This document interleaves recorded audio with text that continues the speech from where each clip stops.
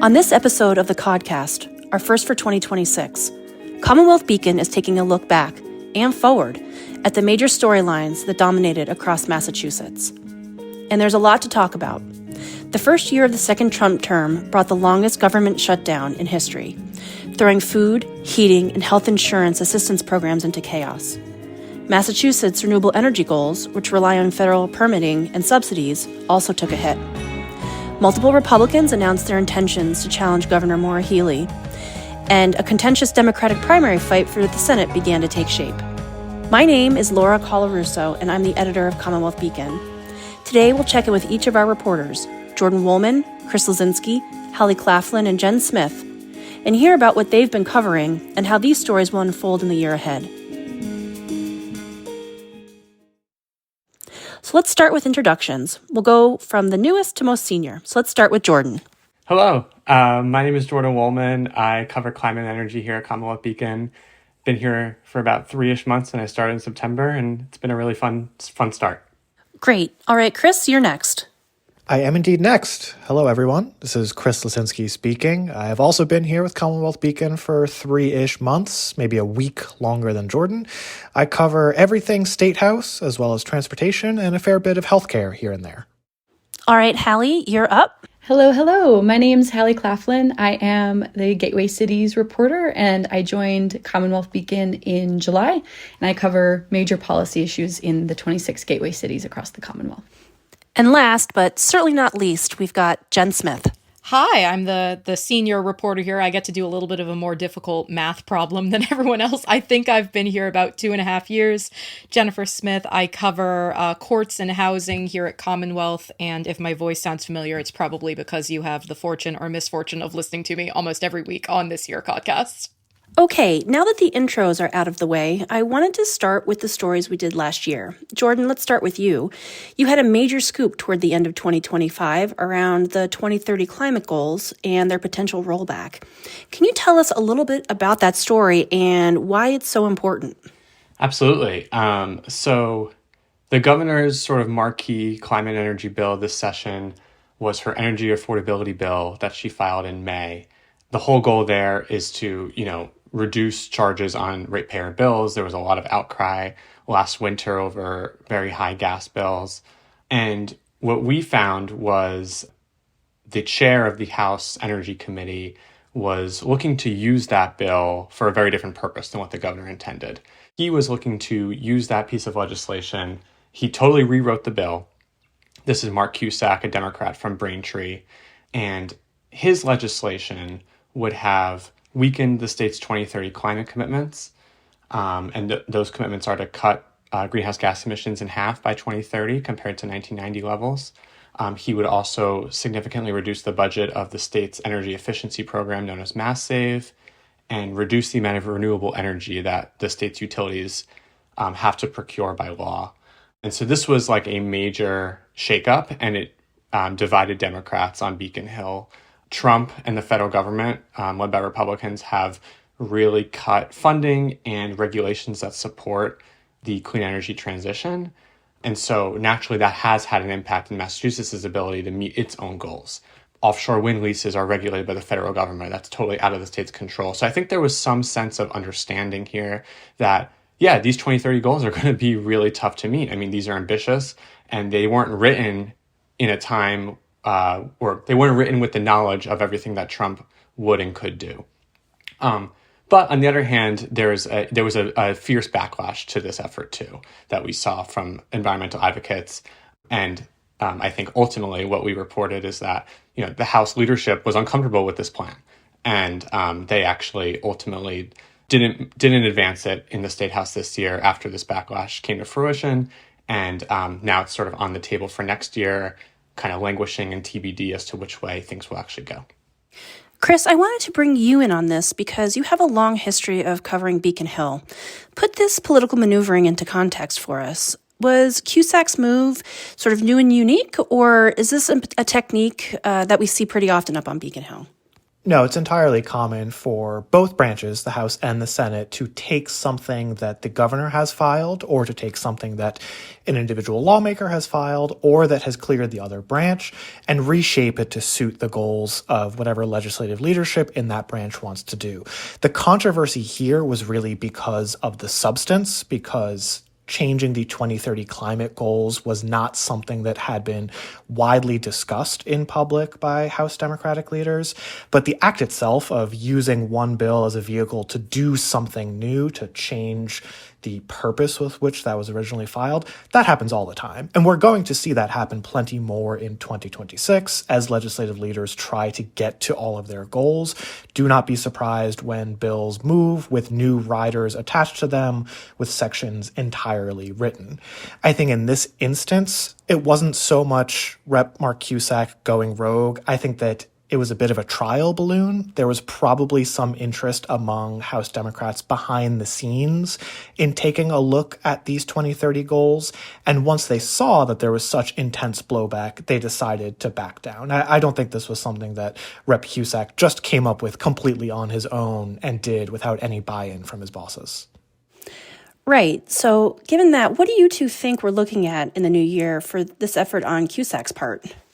So I think that clearly the headline of Massachusetts, deep blue state Massachusetts walking back from its 2030 climate commitments is not a headline that, at least in November, that House leadership was comfortable with. So I think that we can look for a clearer compromise between what the governor had proposed and what was put forth in, I think, as Chris accurately called, this trial balloon. Because there is deep concern about how are we going to do this?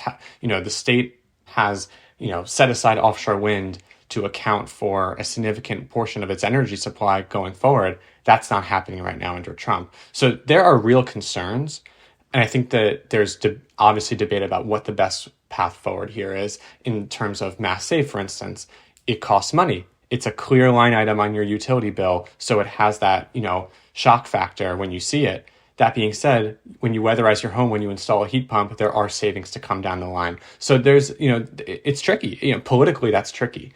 So I think that we can look for somewhat of a closer return, perhaps, to what Hallie had initially envisioned, with some of these other elements, mixed in about how much should we fund mass save, how much should we require utilities to procure renewable energy. I think that, as was always expected with this bill, but certainly now even more so since it didn't move forward under the House, we can expect some sort of compromise language to emerge. Okay, Chris, I want to focus in a little bit more specifically on your beat now. You joined us about 3/4 of the way through the first year of the second Trump term, but you've covered Beacon Hill for a long time. So, we've got the Cusack trial balloon, but were there any other stories coming out of Beacon Hill that popped up and surprised you this year? Obviously, the second Trump term really dominated Beacon Hill, but that was more or less expected if you paid attention to all of the hand-wringing that featured in the lead up to and the weeks after the November 2024 elections.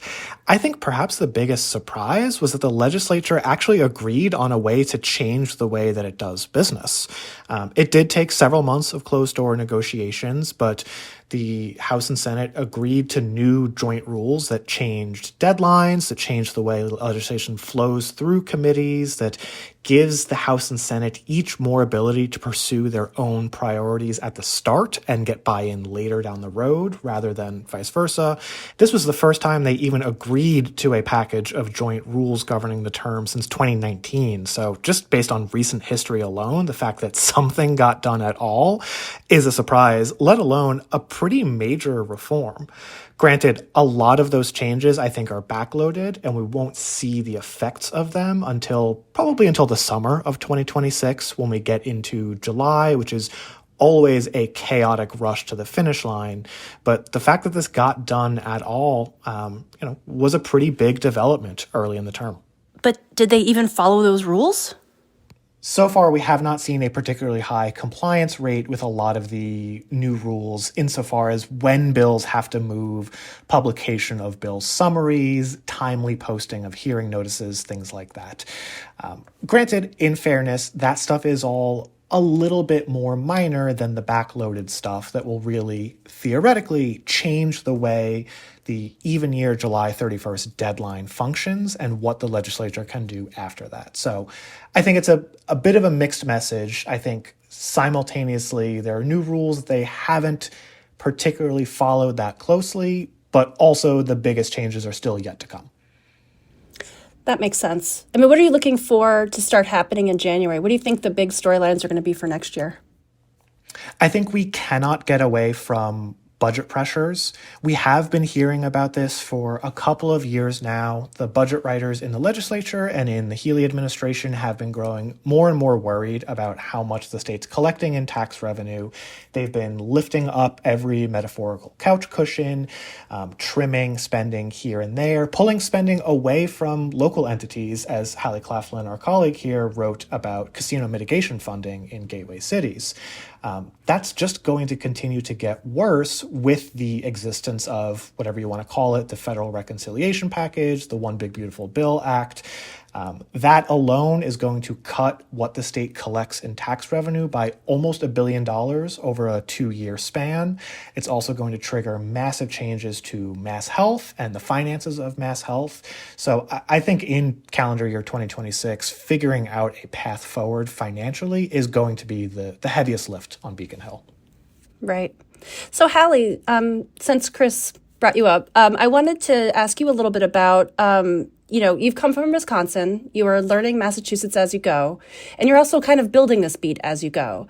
So as you've been here for about 6 months now, what have you really focused on to try to figure out what stories we should be reporting on from gateway cities? What have you found to be particularly valuable in your reporting, and how are you approaching such a wide and varied beat? Yeah, that's a good question. So like you mentioned, I came from Wisconsin, and I sort of joked that I went from covering rural communities to covering 26 cities. So that's quite a jump. But it's really interesting because these are cities that are really in need of a lot of on-the-ground local coverage. And that was very similar to the type of reporting that I did in Wisconsin. Rural communities, again, need that local coverage and even statewide coverage. But I think that's actually sort of my approach to it. I try to travel a lot. I try to spend a lot of time with leaders and residents in these cities to get a good sense of what issues are really troubling them and what kinds of things the legislature is maybe doing really well or not following up on and not working on, to get a sense of how the state can sort of better support these communities. But I think one thing I've really been interested in looking at, and Chris mentioned this, is sort of this, state of municipal budget woes. This is nothing new in gateway cities. Gateway cities have had, budgets on the breaking line, at the breaking point for years and years. And so everything happening at the federal level is trickling down to the state and is then trickling down into these cities and really compounding those budget woes. Like Chris mentioned with the casino mitigation funding, there are those little things that I think a lot of people don't think are great sources of funding and revenue and resources, but for these cities, they very much are. And, any sort of pullback there, makes a really huge dent in their municipal budgets. And I know that there will be more and more stories to tell on that beat as, the Trump administration continues for the next 3 years. But it's been really interesting, like I said, just to sort of assess, healthcare needs in these communities. That's another area where, things are looking really precarious when it comes to essential service closures. And again, these are communities that are already, home to, disadvantaged populations and a lot of folks on Medicaid. And so that's definitely something that I've sort of tried to focus on, but there's so much to cover and there's a lot of cities to cover, and, trying to cover them individually as much as, also covering them collectively, because they have a lot of shared characteristics and challenges. But, when it comes to healthcare and education and specific issues, it really is a city by city basis. Right. I mean, one of the highlights for me this year was when we worked on the story about the closure of the maternity unit in Leominster. So can you talk a little bit about that story? And, I think we both felt that it was an important thing to look back on and see, okay, this maternity unit has been closed for a while now. What does that look like? So just talk a little bit about that reporting and the people you met. Yeah, I'd love to. So it's interesting because when something like this happens, a hospital closes its maternity unit, it's usually a big story locally, even statewide, it's a big story. And when it first happens, there's tons of news coverage on it, like there was in 2023 when UMass Memorial closed its maternity unit in Leominster.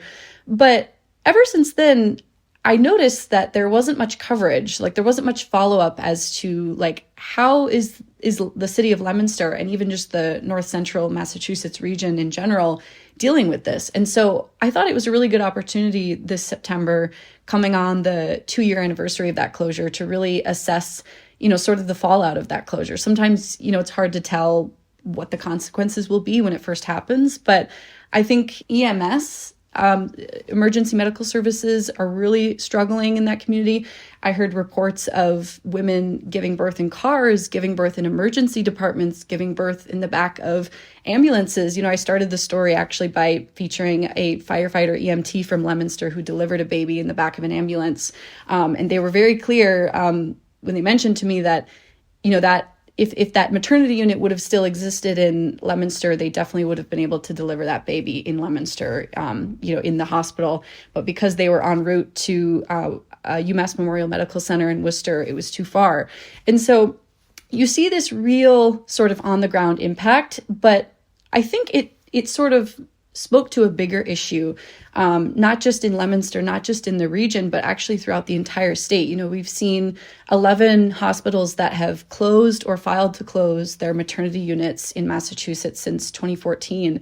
And it's sort of hard to square that, though, because Massachusetts, ranking number one in almost every healthcare category and ranking that you can possibly think of, and also not having any maternity deserts. So, many other states have maternal health care deserts in a certain county where there's nowhere to give birth. And Massachusetts doesn't have any of those. So it's sort of hard to square, I think, for a lot of people, the reality of declining access to healthcare and maternal health care in a state that, really seems to be doing well, and in a state that, doesn't have any deserts yet.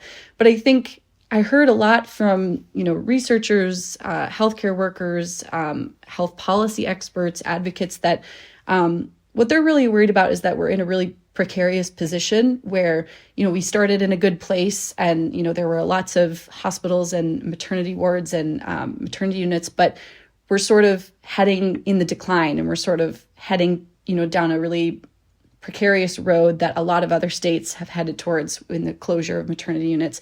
Maternity units are very expensive, very labor and cost intensive, and they're sometimes some of the hardest healthcare components to keep open when hospitals are struggling financially. And so we'll definitely be seeing more. Unfortunately, we even see that now with a recent story. We reported Mercy Medical Center in Springfield temporarily suspended its maternity unit there. And so all those patients in Springfield are now going to Bay State. That's now the only place to give birth in the city of Springfield, the third largest city in the Commonwealth. So there's definitely more to cover there, but I just think this was a great opportunity to sort of look 2 years down the road, in a sense that maybe not a lot of other people are looking, but also, it gives us a better sense of what's happened in these last 2 years and, what is the state of that sort of healthcare access in Leominster and in North Central Mass. Right. I mean, that answer makes me think of a couple things, actually. And I think they're both things that are important for us as journalists to remember. So it might be a little bit inside baseball, and it might actually be like a completely different podcast for like Columbia Journalism Review. But I'm going to say this stuff anyways. One, I think that the statistics or the official data doesn't always tell the full story. And if you're not asking people on the ground what their experiences are, you're often missing the real thing. And two, I think that, like when something like a maternity unit closes and it grabs all the headlines, I don't think as an industry that we do enough to go back and see what the real ramifications of that closure is, or that thing, that event, whatever it was. So I was really glad that we got a chance to do that story and just give voice to people who are kind of struggling through it. Yeah. And it's a really interesting point, especially too, because, maternity deserts, that's like, that's one way to measure healthcare access. But like I said, when you really actually talk to people locally and you find out that, women are giving birth in the back of ambulances and in emergency departments, it really challenges the perception of like, desert or not desert and, having maternal healthcare access and not. It really sort of challenges some of those measures. Right. All right, Jen, next to you. Yes. So you covered so many things for this year between housing and some climate stories and the courts. What really stood out to you as some of the big storylines for the year? Well, actually, the first thing that came to mind as Hallie was talking that I really kind of want to dive into a little bit is one of the months, the kind of special section months that we did was focused on healthcare, but specifically around the question of healthcare access. And so the work that Hallie and I were doing dovetailed a little bit nicely. She was still very new. And so I was thrilled with kind of how readily she was jumping in on it, because some of those trends that she highlighted just now come up basically all over the state in ways that might surprise people. So I spent a lot of time at the start of Healthcare Month basically looking at how long it would take you to get from where you live to the kind of care that you need, what the routes are that you would depend on. Was there a maternity unit you used to be able to rely on? Heck, what if there was just a dentist's office that was easy for you to get to at one point that wasn't easy anymore? So that question for me as a native Californian of how is it so hard for people in a state that could roughly slot inside a county in my home state to access care physically was just fascinating. And so I really enjoyed getting to kind of dive into that. And that also ended up kind of connecting with some of the transportation focused stories that I've been working on over the years. We get very used to here in kind of greater Boston inside Route 128 of saying, well, if the MBTA is not on fire, at least I can take it to where I need to go. But the further afield you get, maybe you're lucky and you have a regional transit authority that you can rely on there. But the further out you get and into some of these cities that Hallie ends up covering more regularly, you might be even further away from a regional transit authority than you might expect. Maybe the only way for you to get to a medical appointment is being close enough to a service that has 3 vans that they can send around to everybody's house to pick them up when they need to get them to a critical facility in time. So that was something that was just really fascinating to get to dive in on, because it's not purely on my beat, but it dovetails so nicely to the kind of overwhelming question that I've been dealing with over the past year, which is we have set out a very basic framework on the state level for how many housing units we need. Where do people have to be able to live in Massachusetts? And then from there, everything kind of flows outward. If you live somewhere, where can you go? Where can't you go? How do you get there? What services are nearby? So not only do we know that we need to carve out these huge arrays of additional housing units, but then we have to think very seriously about whether or not our infrastructure can support those housing units. And then can we actually see any opportunity to expand that infrastructure going forward? So it all kind of bundled together wonderfully. Do you see Beacon Hill, our elected government, actually grappling with those big questions in a way that's going to be, I guess, useful, for lack of a better term off the top of my head? Right. So I think it's complicated because they have to. They don't really have a choice. You can't exactly just sit here in Massachusetts and kind of throw your hands up in the air and say it's probably going to be fine. So on a very basic level, there is an acknowledgement that there needs to be work done. That can kind of happen in a variety of different ways, some more effective than others. A huge theme for the past few years, but especially this year, has been one of the bigger swings and shorter pieces of legislation that we've seen come out of the House and Senate in recent years, which was the MBTA Communities Act. So 4 lines and one economic development bill that created this entirely new framework or enabled this new framework for saying, well, if you live within a certain distance of housing, you now have to plan for the people that might be able to or want to live in those areas in the future. So that was a big swing, and it immediately turned into basically a slap fight between local control and state government and who gets to decide how a certain town approaches its housing stock. But, and I think really kind of to your point, Laura, those sorts of swings are relatively rare. They're few and far between in general. And then you have to grapple very seriously with the fact that even if every one of those 177 cities and towns builds or zones for a new area where multifamily housing can be, maybe that's 40,000 units. And maybe that sounds like a lot of units, but we're talking about a goal of 220,000. Right. Well, I was thinking that because the MBTA Communities Act doesn't actually force the building. It just allows for the rezoning. And I mean, I was also thinking about the T's fiscal cliff, which we sort of narrowly avoided this year. But I mean, I think we're on a pretty short time frame for another round of potential crisis with that. So it seems like a lot of this stuff, the can just keeps getting kicked down the road. I think that's astutely put, and Chris and I talk about this a lot when it comes to the intersection between transit and housing, which is very obvious when you're talking about MBTA communities, but can kind of become less obvious if you're thinking about something like a free bus route or something like that. Where is the best place to put that? Who are the people that rely on that? And how do you, in exactly what Chris was talking about, this period of very intense crunch in terms of revenue, how do you make the case that if the feds are taking a step back, if they're deprioritizing those routes, how do you make the case that the state with its limited resources can and should be picking up that slack? Right. Since this is our first podcast of the new year, I did want to spend some time looking forward about what our main storylines are going to be for 2026. So maybe we could just kind of go in the same order and talk through on your beats what you're going to be looking at in the new year. Go ahead, Jordan. So I think, just piggybacking off of what we've already discussed, I mean, I think this energy affordability bill is going to be the climate bill of the session. The governor did file an environmental bond bill, the Mass Ready Act, which is also important and would sort of strengthen the state's infrastructure against more extreme weather.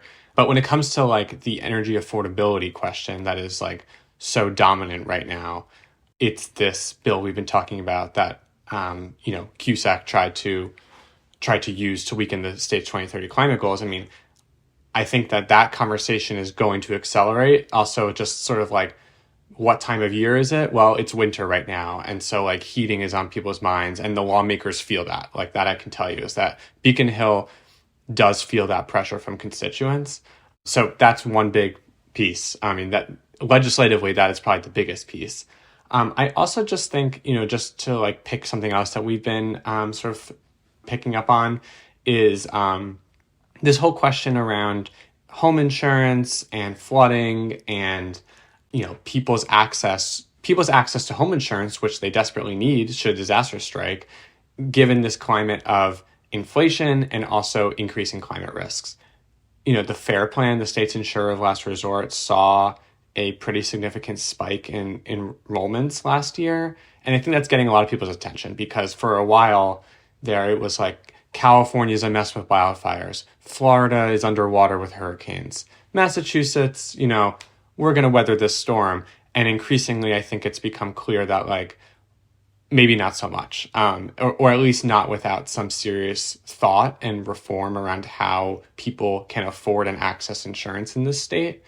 And so the FAIR Plan is going to, like this coming year, 2026, or I know this is being released in 2026, right? So this year, 2026, the FAIR Plan is going to have to grapple with these questions around how, like, do they try to keep their rates and premiums affordable to attract more people who can't get insurance through the private market? But then the FAIR Plan becomes sort of like overexposed along the most vulnerable parts of the state. And if a hurricane hits Cape Cod, well, it's going to impact the FAIR Plan more than anyone else. So there's a lot of thorny questions they have to sort through. And I'm looking forward to picking up that coverage again this year.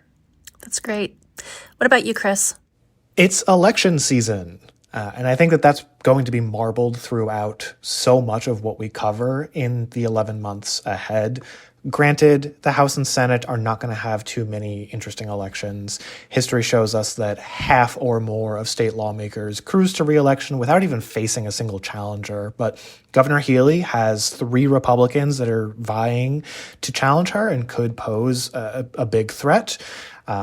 We've also got as many as a dozen ballot questions that could appear before voters, calling for major changes to state law. That would by far be a record. That says so much about how the public feels about Beacon Hill right now, what they are doing, and more often what they are not doing. So that is going to be influencing a lot of the decision making, a lot of closed doors conversations. Think about there's one question that would reduce the state's income tax rate from 5% to 4%, backed by some influential business groups. We're already at a time of near fiscal crisis. If that passes, the State Department of Revenue says it could slash tax collections by almost $5 billion once fully implemented. So lawmakers are going to be worried about that pretty much in everything they do. And also remember, with these ballot questions, a lot of people are going to spend and make a lot of money. Ballot question campaigns are always expensive, always enrich the campaign consultants and lobbyists who work on them. And if you have 12 of them out there in the field, it's really going to be a season unlike any we've ever seen. Right, and a potentially nasty primary race for the Senate between Markey and Moulton. Oh, yeah, that's right. Yeah. Hallie, go for it. What's on your radar? Yeah, I'm definitely going to continue to look at healthcare access in the gateway cities, all things hospital closures, essential service closures. Like I mentioned, gateway cities are particularly vulnerable when it comes to those kinds of closures. The payer mix is often challenging for hospitals that are already struggling financially, lots and lots of folks on Medicaid, Medicare in those cities. And so I think there's going to be more stories to tell there. Also, looking at anything, related to municipal budget woes, as the federal government continues to tiptoe back, the state's going to be pulling back funding, like Chris mentioned, sort of looking under couch cushions and penny pinching, and that's going to have a direct impact on the gateway cities. It's going to have a direct, blows on their local budgets, and it's going to impact all things education, transportation, environmental projects that are being administered in these cities. So there will definitely be more storylines there. Great. And what about you, Jen? I think I'm going to start by just +1ing Jordan's excellent point about kind of the intersection of climate and housing is going to remain just unbelievably important here. Every conversation I have about housing with people is trying to grapple with the fact that we have limited land and we're losing it in a lot of ways, either because of changes around coastlines, changes around kind of density rules. It's been harder to kind of build in the way that we want to, but a big one has basically been how do we deal with the coastal and inland flooding problems. So that's just absolutely put that off to the side. Definitely coming back to that one. Also, I think just one last note on the housing side is we've kind of been dancing around / talking a bit about kind of these macro trends here. So the issue around why we're not building enough, plenty of it has to do with local zoning control. Plenty of it has to do with the fact that people have very strong feelings about what they want to see near them. But also so much of it has to do with the fact that we're basically stuck in this period of very slow completions, very slow permitting. So that, if we continue to see this kind of broader economic market, like that doesn't look like it's suddenly going to turn around. So this is a continuing thing. But the one that I am kind of excited to sink into a bit in the new year is this question of what exactly can Massachusetts do if there's a federal government that doesn't seem aligned with kind of the way that its voters would like the state to run? And that might seem like a really broad question, but often some of its only toolkits are, well, I guess you have to go sue the federal government in court. And so Massachusetts, Rhode Island, the New England courts have really kind of become the #1 place where everybody can sue the Trump administration. Our Attorney General, Andrea Campbell, has brought, I think, 45 lawsuits so far during Trump 2.0 against the administration, has been doing pretty well in these lower courts, and then they don't exactly stay the course when you move up the higher and higher you get up to the Supreme Court. So that is what I'm going to be watching next year. Basically, are any of these wins long lasting? And ultimately, are we entering an environment where, these lawsuits might be essential in the view of many state officials, but are they essentially just another version of a pulpit, just shouting that something is wrong and hoping that someone can fix it later? All right, well, we'll end on that note, and I just want to thank Jordan Wolman, Hallie Claflin, Jennifer Smith, and Chris Lisinski for joining us on the Codcast this week. And really, not just for joining us, but also for all the great work you guys did this year. It was really just an absolute pleasure to work with you. So thank you for all your great stories. Thank you, and a happy holiday to all. Happy holidays. Happy New Year. Thanks so much, guys. Thanks again to Jordan Wolman, Chris Lisinski, Hallie Claflin, and Jen Smith for joining me on the Codcast. And thank you for listening. I'm Laura Colarusso. Our production and theme music is done by Charlie Cazella. Leave a rating and review wherever you're hearing this now if you want to help other folks find us. And email us at codcast@commonwealthbeacon.org if you ever want to get in touch directly. We'll be back next week.